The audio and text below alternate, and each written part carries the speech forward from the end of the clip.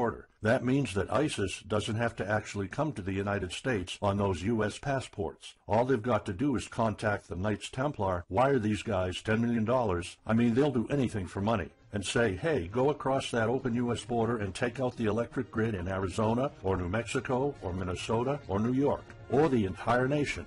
So something like that could be arranged. It could happen tomorrow. It could happen next week. And this is not a far-fetched scenario. It actually happened to our allies in the fight against terrorism. For example, in Yemen on June 9, 2014, ISIS allies in Al-Qaeda black out an entire country by knocking out power for 23 million people. For the first time in history, a terrorist attack on the electric power grid has blacked out an entire nation, in this case Yemen. On June 9th, Al-Qaeda in the Arabian Peninsula, AQAP, used rocket-propelled grenade launchers and mortars to destroy transmission towers, plunging the whole of Yemen into blackout. The AQAP blackout of Yemen's electric grid has gone largely unreported. While the media's attention was focused on the brutal conquest of northern Iraq, threats to take over Baghdad, ISIS decapitation videos, hostage situations, and burning people alive, this much more destructive terrorist threat has been ignored for too long.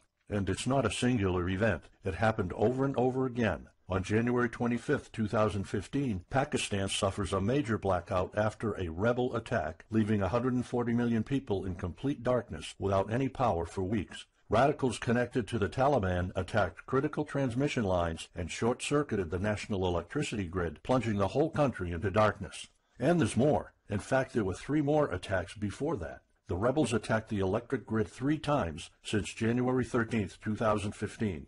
Those aren't isolated incidents. They show a pattern. Those terrorists learned the easiest way to cripple a country is destroying its power grid. And that's exactly what former Deputy Director of the CIA, Mike Morrell, says. ISIS has the capacity to carry out a 9/11-style attack, and they can use Muslim fanatics who are already in the country. The consequences are beyond imagination.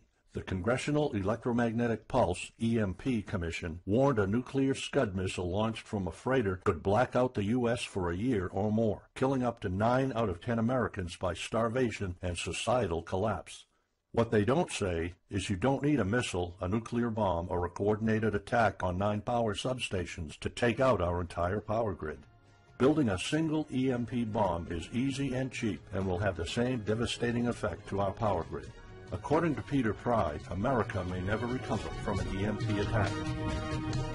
Before telling you how easy it is to build an EMP bomb and how fragile our power grid is, let me explain what an EMP is. An EMP, or electromagnetic pulse, is an electromagnetic discharge that fries sensitive circuits within minutes, even seconds. Most modern-day appliances, the gadgets we use daily, and even the U.S. power grid all have sensitive circuits built in. Think of a normal blackout when you don't have any lights, heating, or internet. Only an EMP blackout is permanent and on a larger scale. This means you can also say goodbye to telecommunications, transportation, and even utilities like water. That's why CIA fears an EMP bomb might send us back to the Middle Ages, and they fear that it will happen this year.